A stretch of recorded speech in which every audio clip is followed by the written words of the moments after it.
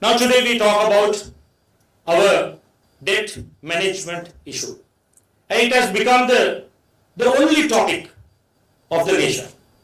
We keep talking about how much money that we owe them bilaterally, multilaterally, then by way of sovereign bonds.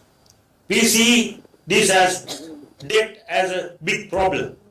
We entrepreneurs know debt is an instrument, debt is an opportunity, debt is one way to build capital, and it is to be managed. But debt is not a problem.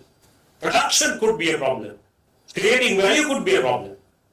But for that, there are lots of solutions.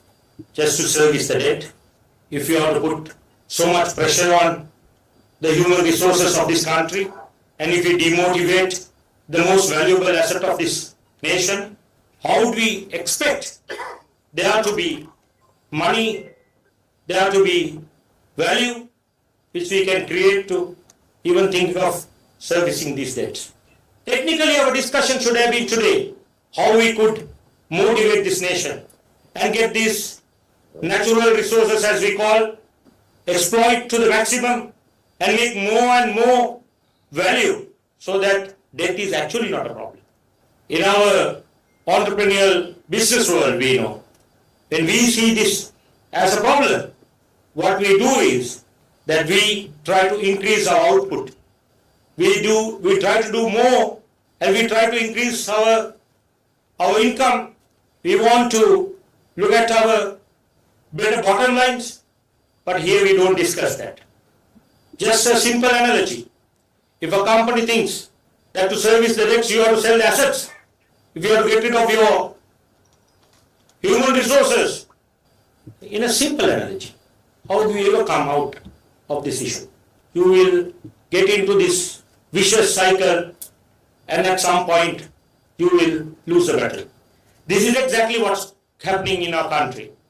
Today, we only see that we have a huge problem of debt management, and we every day talk about it.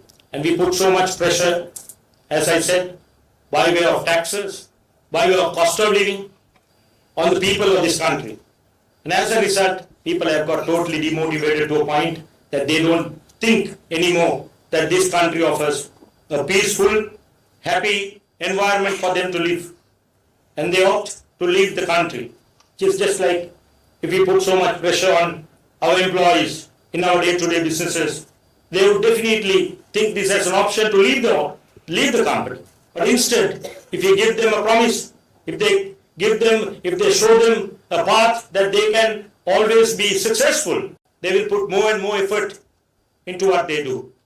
As a result, that we come out of the problem of your, in fact, day-to-day cash flows to start with.